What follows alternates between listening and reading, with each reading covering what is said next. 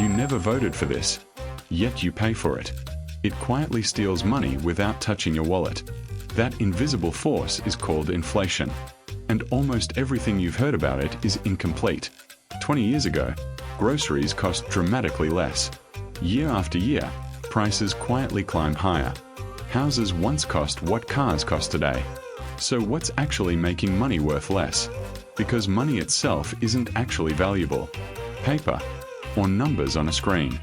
Its value comes from scarcity. Too much of it creates a problem. Governments have two basic choices: borrow money from someone else, or create entirely new money. That's where central banks come in.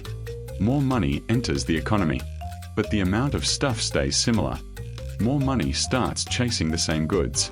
Each pound buys a little less. So businesses raise their prices. Your money silently shrinks. That's inflation. It's really dilution. Not randomness. Not bad luck. It's an intentional economic tool. Because sometimes the alternative is worse. That alternative is deflation. Falling prices sound amazing, until everyone stops buying things. Why buy today if tomorrow is cheaper? Businesses stop making sales. Workers lose their jobs. History has seen this before. Escaping deflation can take decades. That's why many banks target 2% inflation, enough to keep money moving. But here's the part most people miss. Inflation isn't neutral. It transfers wealth, usually without anyone noticing. Savings quietly lose purchasing power. No warning. No notification. Debt, however, becomes easier to repay, because the real value shrinks. The loan stays the same, but the money repaying it is weaker.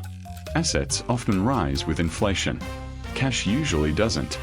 Wealth shifts toward asset owners every single year. This isn't a conspiracy. It's simply how the system works. But systems can break. Print money too aggressively, and confidence disappears. Germany learned this the hard way. Zimbabwe and Venezuela too. Prices exploded almost overnight. People needed wheelbarrows of cash. Sometimes money burned better than firewood. The system lost its anchor. History keeps repeating this lesson, which makes inflation personal, because it affects you directly. Cash under your mattress loses value every single year. If savings earn 1%, while inflation is 5%, you're actually becoming poorer. To keep up, your money must grow, because paper slowly loses purchasing power. You can't stop inflation, but you can adapt to it. Understand how the system works, instead of unknowingly paying the price. Holding only cash has consequences. Real assets tend to keep pace, not because they're magical, but because they're tied to reality. Businesses produce things people still need. Property remains limited. Productive companies keep creating value. Cash simply sits there, while prices keep moving. Inflation rewards understanding, and punishes standing still. The rules aren't hidden. They're just rarely explained. Now you know why prices rise, why money buys less, why debt feels lighter, why assets often become more valuable, and why saving cash alone isn't enough. Inflation is always happening. The question is, are you prepared for it? Or is it quietly taking from you? Because understanding changes everything. GORP finally figured it out.